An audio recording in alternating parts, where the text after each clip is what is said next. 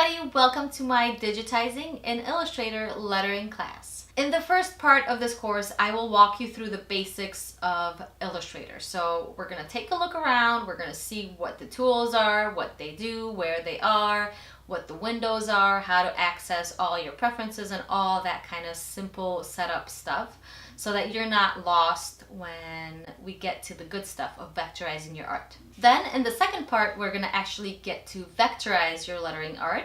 So if you want to participate and use the files that I am using in the course, feel free to download the zip file in the project section and just use that. Or have some of your own lettering ready on hand so that you can vectorize your own lettering as you're watching this class. There are two projects. One is creating a greeting card from scratch. So we will go through the process of doing a background, doing the lettering, taking a picture of it, and then uploading it into Illustrator, vectorizing it, printing it out, saving it, all that kind of stuff. That's going to be project number one.